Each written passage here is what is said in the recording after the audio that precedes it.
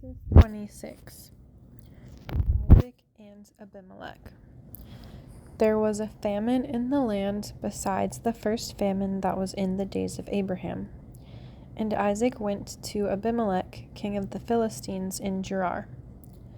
Then the Lord appeared to him and said, "Do not go down to Egypt. Live in the land of which I shall tell you. Dwell in this land, and I will be with you and bless you. For to you and your descendants I give all these lands, and I will perform the oath which I swore to Abraham your father. And I will make your descendants multiply as the stars of heaven. I will give to your descendants all these lands, and in your seed all the nations of the earth shall be blessed. Because Abraham obeyed my voice and kept my charge, my commandments, my statutes, and my laws." So Isaac dwelt in Gerar.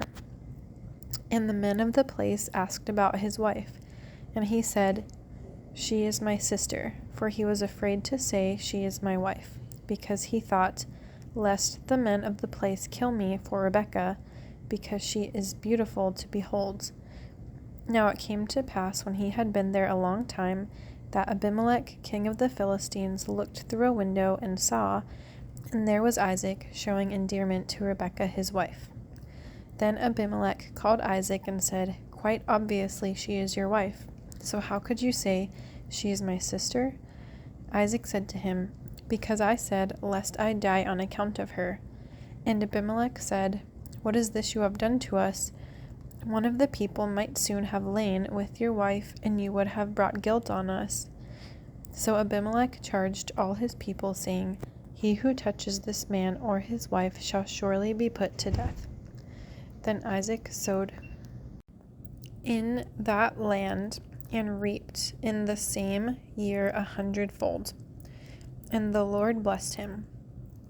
The man began to prosper and continued prospering until he became very prosperous. For he had possessions of flocks and possessions of herds and a great number of servants. So the Philistines envied him. Now the Philistines had stopped up all the wells which his father's servants had dug in the days of Abraham his father, and they had filled them with earth. And Abimelech said to Isaac, "Go away from us, for you are much mightier than we are." Then Isaac departed from there and pitched his tent in the valley of Gerar and dwelt there. And Isaac dug again the wells of water which they had dug in the days of Abraham his father, for the Philistines had stopped them up after the death of Abraham. He called them by the names which his father had called them. Also Isaac's servants dug in the valley and found a well of running water there. But the herdsmen of Gerar quarreled with Isaac's herdsmen, saying, "The water is ours." So he called the name of the well Esek, because they quarreled with him. Then they dug another well, and they quarreled over that one also. So he called its name Sitnah. And he moved from there and dug another well, and they did not quarrel over it. So he called its name Rehoboth, because he said, "For now the Lord has made room for us, and we shall be fruitful in the land." Then he went up from there to Beersheba, and the Lord appeared to him the same night and said, "I am the God of your father Abraham. Do not fear, for I am with you. I will bless you and multiply your descendants for my servant Abraham's sake." So he built an altar there and called on the name of the Lord, and he pitched his tent there, and there Isaac's servants dug a well. Then Abimelech came to him from Gerar with Ahuzath, one of his friends, and Phicol, the commander of his army. And Isaac said to them, "Why have you come to me, since you hate me and have sent me away from you?"